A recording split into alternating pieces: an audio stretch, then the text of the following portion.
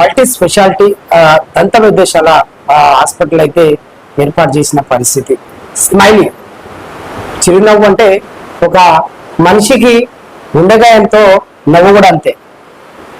చిరునవ్వు హాస్పిటల్లో ప్రస్తుతం మనం ఉన్నాం. మనతో మాట్లాడేందుకు డాక్టర్ గారు. సార్ నమస్తే.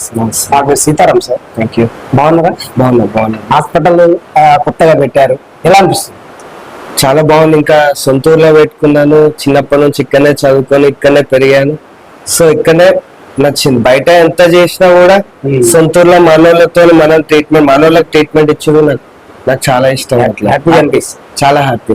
మొత్తం స్కూల్ లైఫ్ అంతా మౌబాద్? మొత్తం మౌబాద్. ఎక్కడ school life? Fatima school local నేను చదువుకున్నాను. LKG to 10th వరకు మొత్తం ఫాతిమా స్కూల్. ఇంటర్ హైదరాబాద్ వచ్చేసాను. మొత్తం బయటకు వెళ్ళాను, బయటనే ట్రీట్మెంట్ నేర్చుకున్నాను. ఇప్పుడు సొంత ఊరికి నేను వచ్చిన. డాడీ గారు ఏం చేస్తారు? డాడీ స్టాచ్యూస్ చేస్తారు. మొబ్బాద్ ఉన్న స్టాచ్యూస్ మాక్సిమం డాడీ చేసినాయి. ప్లస్ పాలిటిక్స్ లా ఉన్నాడు. మొత్తానికి అయితే హ్యాపీగా హ్యాపీ. ఇది ఎంత గిరిజన ప్రాంతం, ఇది మొత్తం గిరిజన ప్రాంతం కాబట్టి ఎక్కువ గిరిజనకు సంబంధించిన వాళ్ళు ఆర్థికంగా ఇబ్బందితో వస్తూ ఉంటారు. ఇక్కడ మన హాస్పిటల్స్ కి వస్తూ ఉంటారు.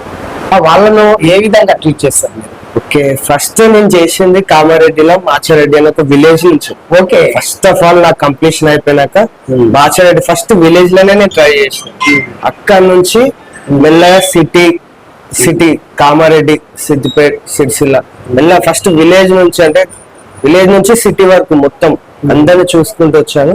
సో విలేజ్ వాళ్ళని ఎట్లా చూడాలి, తక్కువ అది నేను మేనేజ్ చేయగలను, అదేం ప్రాబ్లం లేదు.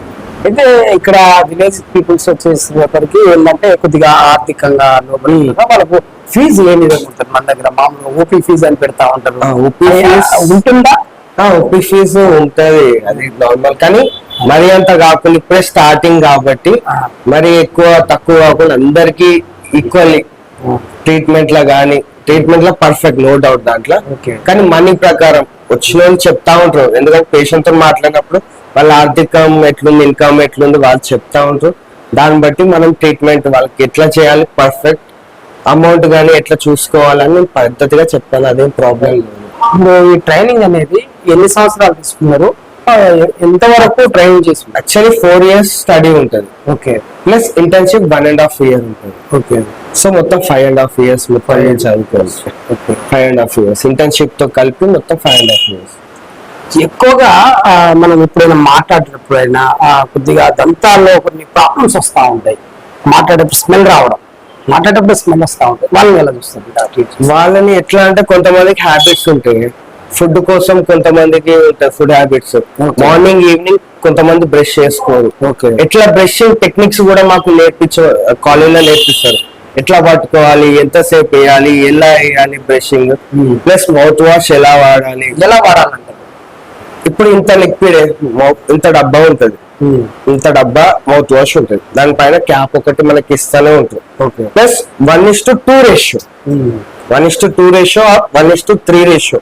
ఎంత లిక్విడ్ లా డైల్యూట్ చేసుకుంటే అంత ఒక 5 minutes పుక్కలిచ్చుకున్నాం అనుకోండి, సరిపోతుంది. ప్లస్ బ్రష్ కూడా మనము ఇట్లా ఈ పాము అనేది దానికి టచ్ అవ్వద్దు. ఓకే, జస్ట్ ఫింగర్స్ తోనే మనం పట్టుకొని 3 నిమిషాలు 4 నిమిషాలు అంతే. కొంతమంది బ్రష్ వేసుకొని ఊరంతా తిరుగుతా పళ్ళ పుల్ల వేసుకొని తిరుగుతా. అది చేయడం వల్ల పళ్ళ మధ్యలో గ్యాప్ వస్తుంది, ఫుడ్ ఇరుగుతుంది, దాంతో పాటు స్మెల్ కూడా వస్తుంది. ఓకే.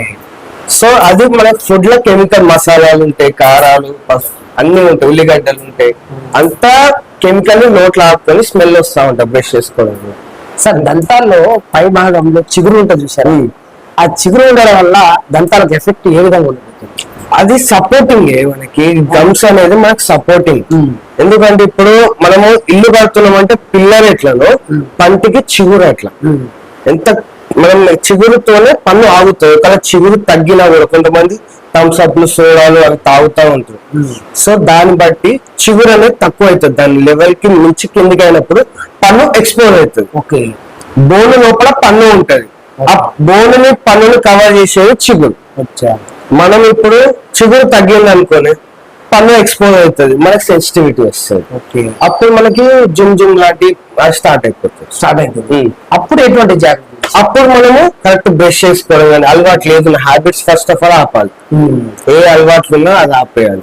దాంతో పాటు బ్రష్ ఎట్లా వేయాలి, మౌత్ వాష్ ఎట్లా వాడాలి. ప్లస్ ఒకవేళ చాలా కన్నా కిందికి జారింది అనుకోండి, చిగురు ఇప్పుడు పన్ను కన్నా కిందికి వెళ్ళిపోయింది అనుకోండి, అప్పుడు మనము పెరిడెంటల్ ట్రీట్మెంట్ ఒకటి ఉంటుంది, ఫ్లాప్ సర్జరీ లాంటిది, అది చేయగలం. ఒకవేళ చాలా కిందికి అయితే వాళ్ళు చేయించుకోవాలనుకుంటే అదొక టైప్ ఆఫ్ సర్జరీ ఉంటుంది. ఎందుకంటే చిగురు మనం ఫ్లాప్ లాగా ఒక కాడ నుంచి తీసుకొని అది చిగురు కాడ వేస్తాం మనం, గ్రాఫ్టింగ్ అంటాం. సో అట్లా కూడా మనం చేయవచ్చు. సార్ ఇంకోటి ఏంటంటే ఈ క్లిప్స్ పెడతా ఉంటారు, అది ఏ విధంగా ఉంటది అంటే మన పన్ను గ్యాప్ బట్టి, ఇప్పుడు ఎట్లా అనుకోండి పన్ను మధ్యలో గ్యాప్ ఎంత ఉంది, మొత్తం పన్ను సెట్. ఎందుకంటే ఒక్క పన్ను గ్యాప్ ఉంది అనుకోండి, ఇది దగ్గర చేస్తాం, ముందు పన్ను దగ్గర, కానీ ఇక్కడ కూడా గ్యాప్ వచ్చేస్తాం. ఓకే, అవును. సో ఇది పనులన్నీ ఇక్కడ పనులన్నీ దగ్గర తెప్పియాలి. సో ఎంత గ్యాప్ ఉంది, ఎన్ని పనులు చేయాలి, ఎలా చేయాలి. కొంతమందికి ఎత్తు పనులు ఉంటాయి, కొంతమంది తిప్పి ఉంటాయి, రొటేట్ అయ్యి ఉంటాయి. సో అవన్నీ ఎట్లా చేయాలి, అదంతా టైం పీరియడ్ బట్టి. ఎందుకంటే 3 months కే మన పని కొంచెం జరుగుతుంది, మంత్స్ కే కొంచెం జరుగుతుంది. సో 12 months 16 months అట్లా ఉంటాయి టైం పీరియడ్, అలా గ్యాప్ బట్టి. సార్ మామూలుగా వెళ్ళేటప్పుడు కారులోనో బండి మీద యాక్సిడెంట్ అయి పడిపోతాం కదా, అప్పుడు లోపల ఈ భాగం దవడ మొత్తం పగులుతుంది, ఇరిగి ఉన్నప్పుడు ఈ దవడ పళ్ళు బయటకు వచ్చేస్తాయి. ఏమైనా సహజ ప్లేట్స్ పెట్టాలి. పన్ను రీగ్రోత్ బోన్ అనేది రీగ్రోత్ కానికి మనకి 3 to 4 months పడుతుంది. 3 to 4 months పడుతుంది.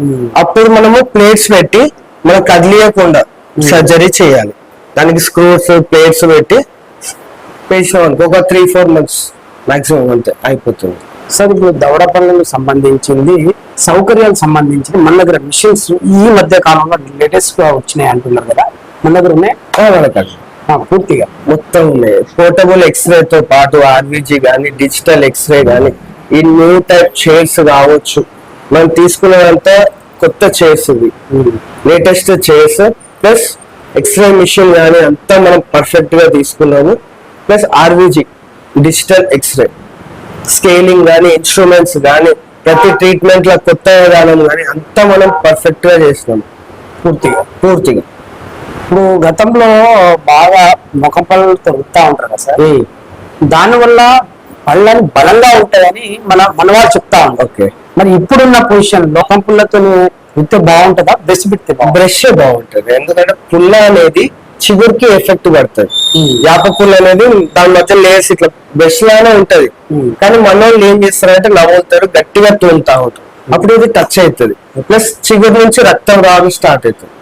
ఒక్కసారి రక్తం రావడం స్టార్ట్ అయింది అనుకోండి, ఇంకా బ్లడ్ వస్తుందని ఇంకా ఎక్కువ తోలుతారు. ఇప్పుడు ఎగ్జాంపుల్ ఒక గోడ తీసుకోండి, గోడ ఉంది, దానికి మనం క్లీన్ చేస్తాం, నార్మల్ క్లాత్ తో తోలిస్తే ఓకే.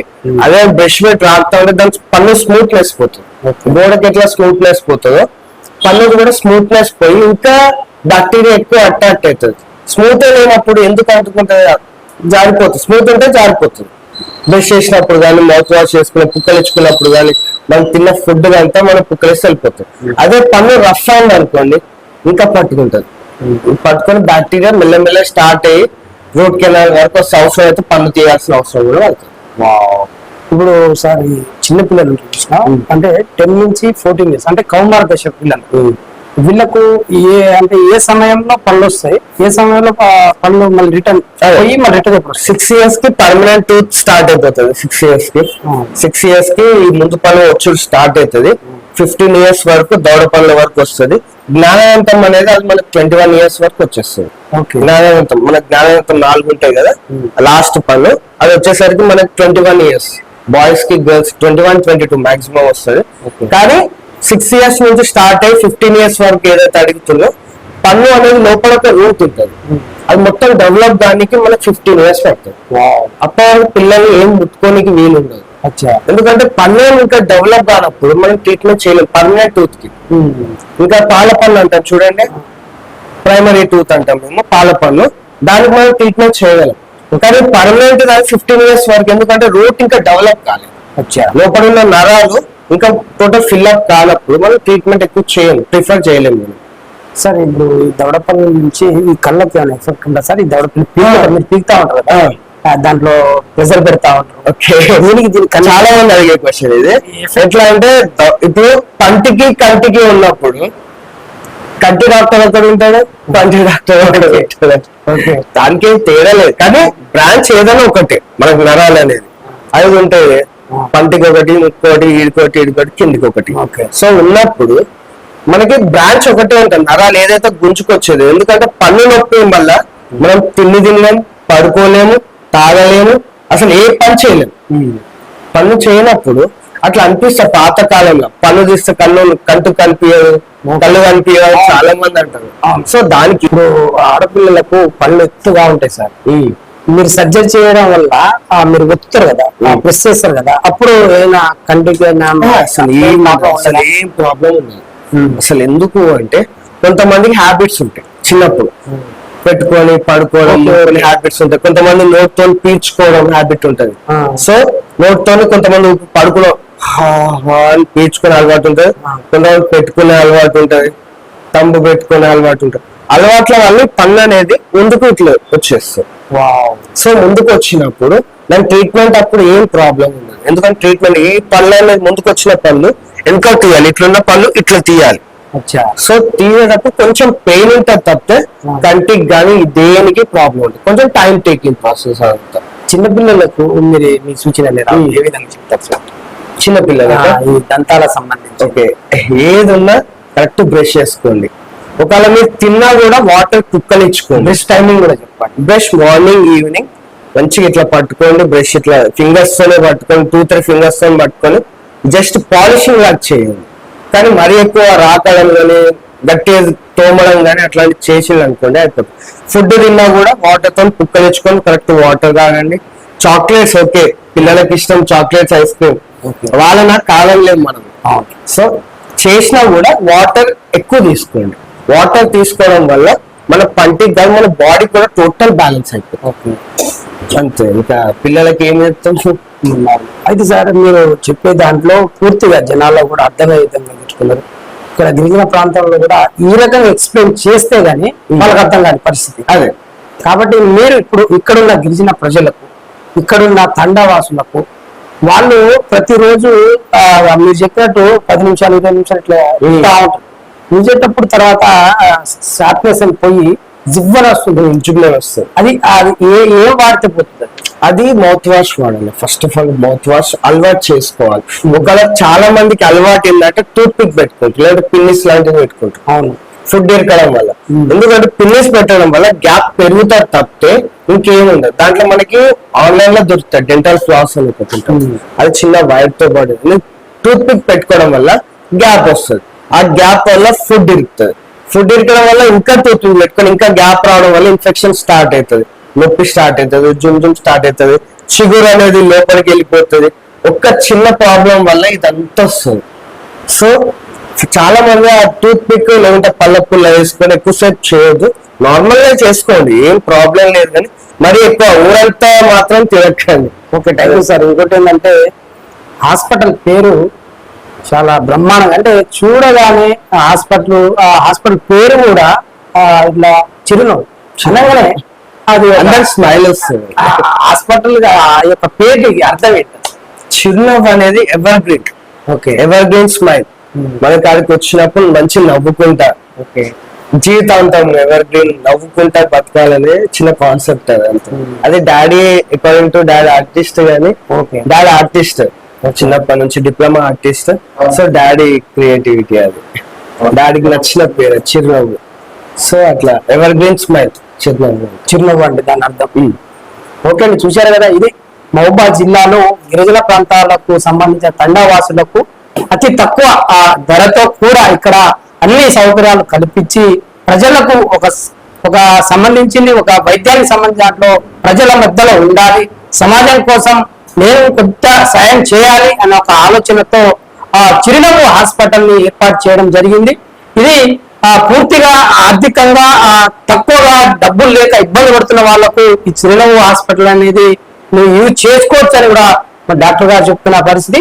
మొత్తంగా మహబూబాద్ జిల్లాలో గిరిజన ప్రాంతాల్లో ఇటువంటి హాస్పిటల్ అంటే సార్ మాట్లాడేటప్పుడు కూడా ప్రతిదీ ఎక్స్ప్లెయిన్ చేసిన పరిస్థితి. చూడండి, ఒక పన్ను జివ్వు అనే రావడం వల్ల అది ఎందుకు వస్తుంది ఏంటి అనే వివరణ ఇచ్చింది. అంటే తక్కువ వయసులోనే ఎక్కువ టెక్నాలజీలో నేర్చుకొని మరి ఎక్కడో ఆస్ట్రేలియా అమెరికా పోకుండా మహబూబాద్ జిల్లాకు వచ్చి ఇటువంటి సౌకర్యాలు అందించిన మా డాక్టర్ గారికి ప్రత్యేక T9 తరఫున ధన్యవాదాలు చేస్తూ ఈ యొక్క చిన్న హాస్పిటల్లోని అందరు యూజ్ చేసుకోండి. ప్రత్యేకంగా ఇక్కడ అన్ని సౌకర్యాలు కూడా ఉన్నాయి కాబట్టి దీన్ని ఉపయోగంలో గిరిజన ప్రాంతాల్లో ఉన్న తండావాసులకు సంబంధించిన మున్సిపల్ సంబంధించిన ఇక్కడ మహబూబాద్ ఉన్న వారందరికీ చిరునవ్వు హాస్పిటల్ తోడే ఉంటుందని కూడా చెప్పుకోవచ్చు. ఇది T9 ప్రతినిధి సీతారాంతో ఫేస్ టు ఫేస్ మహబూబాద్ జిల్లా చిరునవ్వు hospital. Thank you. Thank you.